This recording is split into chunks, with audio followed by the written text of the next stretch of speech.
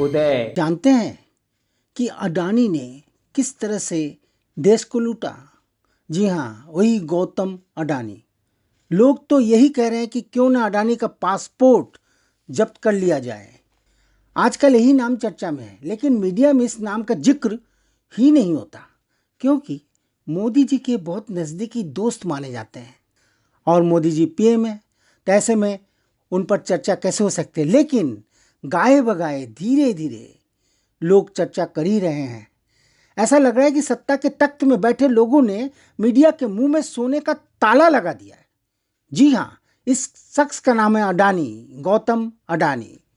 उनके संबंध में सरकार और मोदी मीडिया के संपादक यही गीत गा रहे हैं कि वह तो राष्ट्रभक्त हैं, लेकिन आज वही अडानी सरकार के गले की फांस बने हुए हैं। एक तरह से कहें कि झूठी खबरों की गूंज चहु और गुंजायमान हो रही है। मोदी मीडिया की झूठ जब सामने मुंह बाए खड़ी होती है तो जज्बात काबू में नहीं रहता और जुबा यह कहने पर मजबूर हो जाती है कि मोदी जी के इस खास दोस्त ने देश को पूरी तरह से बेच दिया है, देश बर्बाद हो गया है। और यह सब कैसे हुआ, हम आज आपको संजय सिंह की जुबानी दिखाने जा रहे हैं कि अडानी पर आज 2.5 लाख करोड़ रुपए का कर्जा है। ऐसा माना जा रहा है कि भाग गया है अडानी, देश छोड़कर भाग गया है, लेकिन क्या सच है? देश को चूना लगाकर भाग गया है। एक दोस्त ने बेच दिया देश को। मैं निर्मलेंदु, आज उदय से। अडानी, धोखाधड़ी और सुलगते कुछ सवाल। LIC, SEBI, SBI, ED, CBI, revenue intelligence, आप सब जानते हैं कि ये बड़ी संस्थाएं हैं, भारत की हैं या अडानी की, हमें नहीं पता। ऐसा लग रहा है, क्या इन्हें नहीं मालूम था कि अडानी धोखाधड़ी कर रहे हैं? इन्होंने किसके कहने पर अडानी को अथाह लोन दिया है? जब कोई गरीब लोन मांगता है तो उसकी चप्पलें घिसवा देते हैं, लेकिन जब कोई बड़ा आदमी लोन मांगता है तो फ़ोन पर ही लोन दे दिया जाता है। कहाँ गए सब नियम कानून? क्या ये नियम कानून सब गरीबों के लिए ही हैं? शेयर डूबने के बाद भी शेयर खरीद रहे हैं लोग। क्या लोगों को पता नहीं है? क्या उनको ये नहीं पता कि शेयर और डूबेंगे? क्या ये धन इनके बाप का है जो शेयर में डुबो रहे हैं? ये इस देश के नागरिकों की मेहनत की कमाई का पैसा है जो पाई पाई जोड़ कर जमा किया गया था। क्या इन्हें और अडानी को गिरफ्तार नहीं किया जाना चाहिए? धोखाधड़ी और धोखाधड़ी का साथ देने के लिए गिरफ्तार करने की किसकी जिम्मेदारी, और वो गिरफ्तार क्यों नहीं कर रहा है? क्या गिरफ्तार न करने वालों पर कार्रवाई नहीं होनी चाहिए? क्या प्रधानमंत्री को अपने पद पर बने रहने का हक है? क्या सुप्रीम कोर्ट को स्वयं संज्ञान नहीं लेना चाहिए? क्या ED, CBI केवल विपक्ष के लिए है? क्या विपक्ष को इसकी आवाज़ नहीं उठानी चाहिए? क्या जनता को इसके लिए आवाज़ नहीं उठानी चाहिए?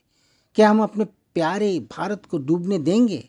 आप अपनी बात कमेंट्स बॉक्स में जाकर दे सकते हैं, क्योंकि ये जो सारे सवाल मैंने किए, ये बहुत बुनियादी सवाल है, बहुत महत्वपूर्ण सवाल है, और इन सभी सवालों का जवाब हम सबको मिलकर देना होगा। जी हाँ, अडानी देश से गायब हो गए हैं, ऐसा लोग कह रहे हैं, या गायब होने की साजिश रच रहे हैं। संजय सिंह ने खोला बड़ा राज, बहुत बड़ा राज।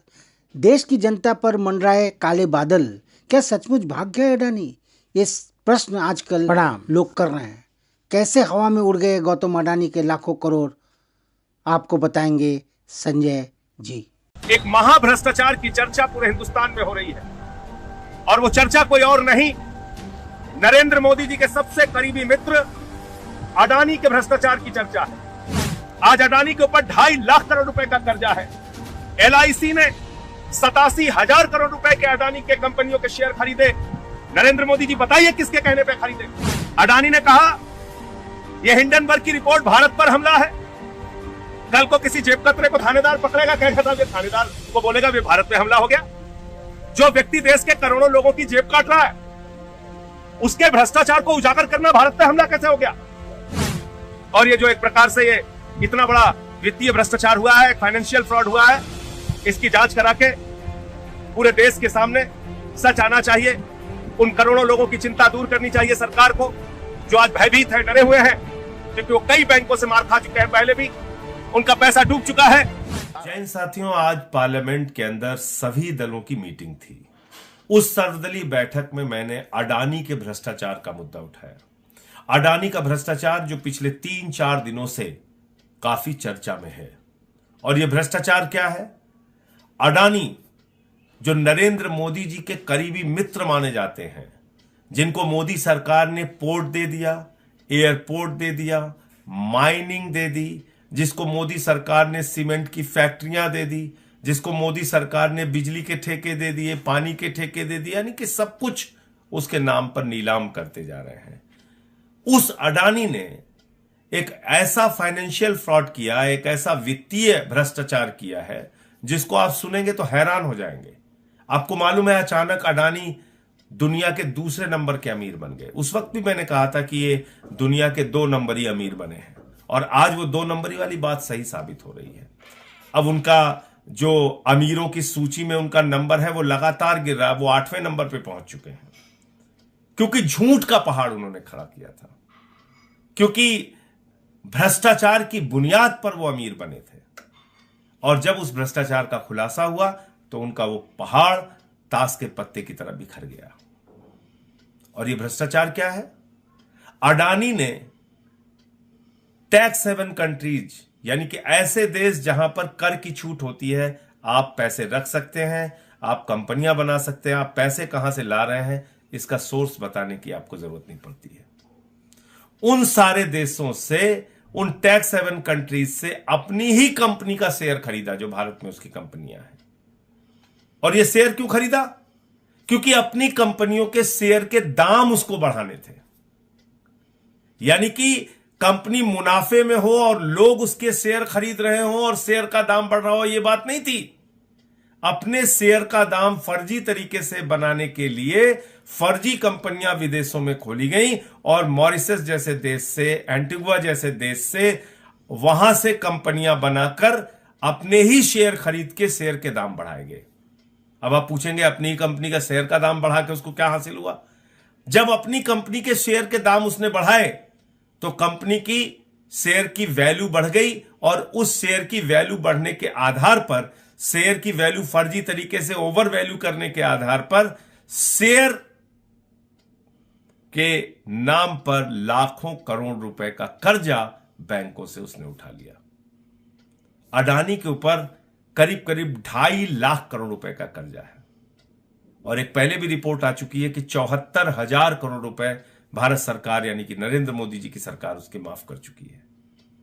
अपनी कंपनी के शेयर के दाम बढ़ाकर, फर्जी तरीके से दाम बढ़ाकर, LIC से, SBI से, जहां पर जनता की गाढ़ी कमाई का पैसा जमा होता है, वहां से लाखों करोड़ रुपए का कर्ज ले लिया। LIC को निर्देश दिया भारत की सरकार ने कि अडानी के शेयर खरीदो। और आपको मालूम है LIC ने कितना शेयर खरीदा है अडानी का? 87,000 करोड़ रुपए का शेयर खरीदा है। इसी प्रकार से हजारों करोड़ का कर्ज SBI ने दिया है और तमाम बैंकों ने दिया है। तो आप कल्पना कीजिए कि कितना बड़ा भ्रष्टाचार है। LIC में लोग अपनी जिंदगी की गाढ़ी कमाई का पैसा लगाते हैं, SBI में लोग अपनी जिंदगी की गाढ़ी कमाई का पैसा जमा करते हैं। क्या नारा है LIC का? जिंदगी के साथ भी और जिंदगी के बाद भी। यानी कि ईश्वर ना करे कि आपके साथ कोई दुर्घटना हो जाए तो आपके परिवार का सहारा बनेगा LIC। आपकी बेटी का सहारा, आपके बेटे का सहारा, आपके बच्चों का सहारा, आपके परिवार का सहारा बनेगा LIC। आज उस LIC को एक व्यक्ति ने डुबो दिया, अडानी ने। और अब वो क्या कह रहा है? आज बड़ा हास्यास्पद तर्क आया उसका। उसने कहा हिंडनबर्ग की रिपोर्ट राष्ट्रवाद पे हमला है। अब आप देखिए मजेदार बात, हिंडनबर्ग 2017 से लेकर अब तक 16 कंपनियों के फाइनेंशियल फ्रॉड को उजागर कर चुका है। 16 कंपनियों के फाइनेंशियल वित्तीय भ्रष्टाचार को उजागर कर चुका है।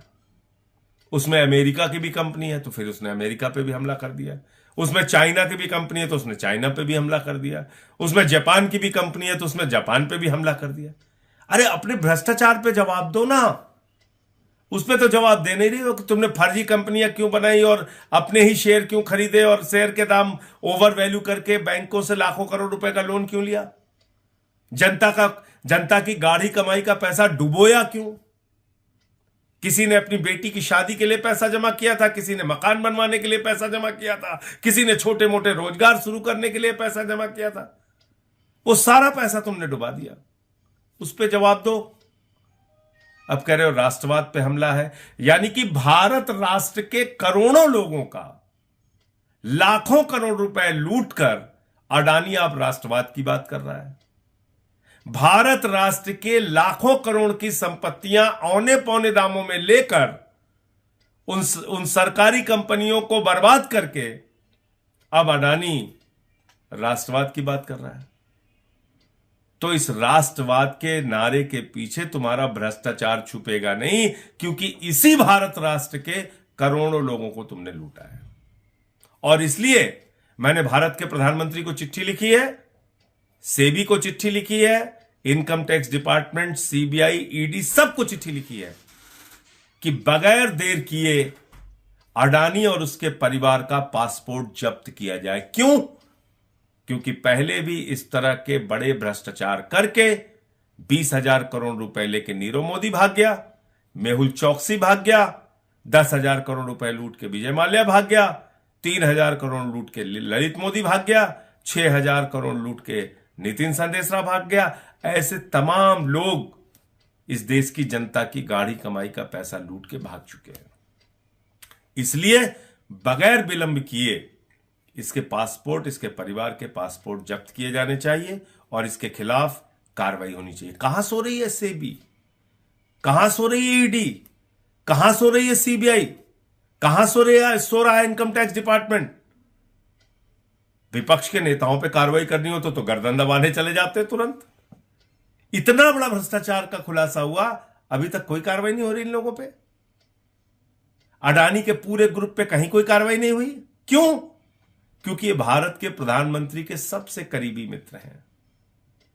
अपने इस करीबी मित्र को नरेंद्र मोदी जी ने 2.5 लाख करोड़ रुपए का कर्जा दिया है, 74,000 करोड़ रुपए माफ किया है अपने इस मित्र का। आप कल्पना कीजिए, आपको अगर नौकरी देने की बात आती है तो कहते हैं -20 डिग्री टेम्परेचर में देश की सेवा करो और 4 साल के बाद रिटायर होकर दर दर की ठोकरें खाओ, अग्निवीर बन जाओ। और आपके लिए रोजगार नहीं, आपके लिए दवाएं नहीं, आपके लिए दूध नहीं, आटा दाल चावल सब महंगा कर दिया। लेकिन एक अडानी के नाम पर पूरा देश गिरवी रखने को तैयार है ये सरकार।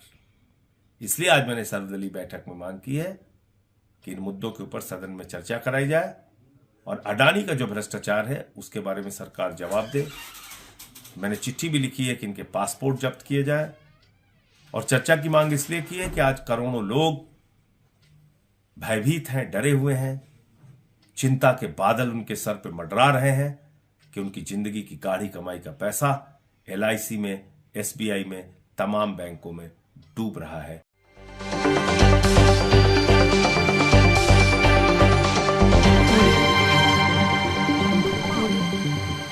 आज उदय